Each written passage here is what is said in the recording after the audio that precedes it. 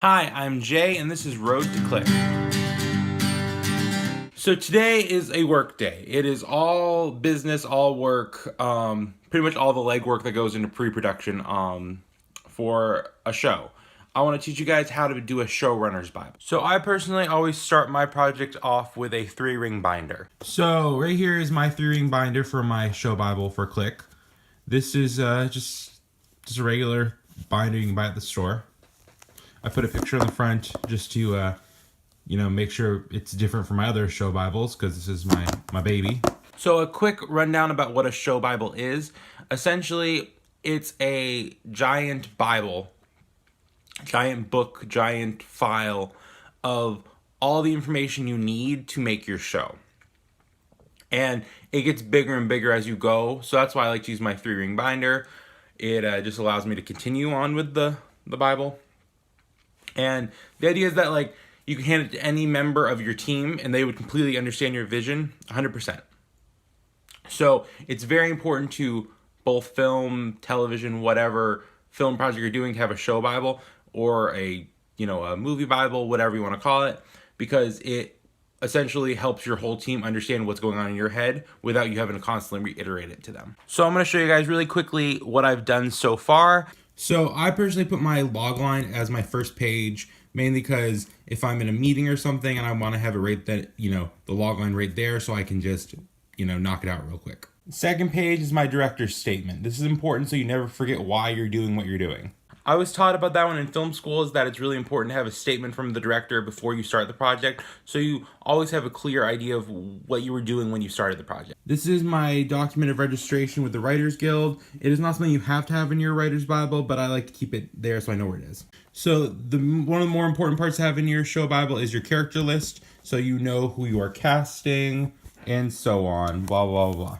I personally keep all of my files in these clear, transparent plastic sheets so that I can remove the pages and not have to poke holes in them or ruin the original documents. So essentially I can just pull it out whenever I need and I can fix whatever I need to fix. So my next page is character descriptions. This is important, especially for casting, so we know what we're looking for, what kind of character they are. And it's good to just have in the book. I hope you guys understand that I'm just showing you a little bit of the Bible. I'm not going in depth or in detail because this is essentially my whole project laid out for anyone to read. So it is kind of private and kind of personal, but I'm just going to show you just the basics of what I put in it, not actual detail. So the next part is where I would put headshots if I had any, but I don't have anybody officially casted yet, so I'm not putting headshots in it. So I said, a few drawings here and there of what the characters are supposed to look like and what I want them to look like. So that's where the next page would be where I would put headshots normally for who the characters are, but I don't have those yet. The next part is where I keep the looks and fashion and styles of the characters. You might not have to do this for an official thing. I like to do it because fashion is a huge part of the show, and I'm have history in art direction and a background in clothes, so it is important for me to have these there. This is one of the characters' outfits. I got a little fabric samples of what kind of fabrics I would like to use and stuff like that. I did a little fashion page for every single character on the show. Well, at least the main characters. So that way, my wardrobe department will instantly know what I'm looking for when I'm looking for it. Next page is a location report. This is important for the location scout, for when we're just looking for sets, when we're building sets, we'll know exactly what we need. I also have a few drawings I've done of what I want the houses to look like, just so we can start actually looking for the houses. The next page is for when I'm actually pitching the show, is the next section of the Bible. Essentially, what is seasons 1's arc gonna be? What is the rest of the series arcs gonna be? What are the breakdowns of what each episode's gonna be like in the season?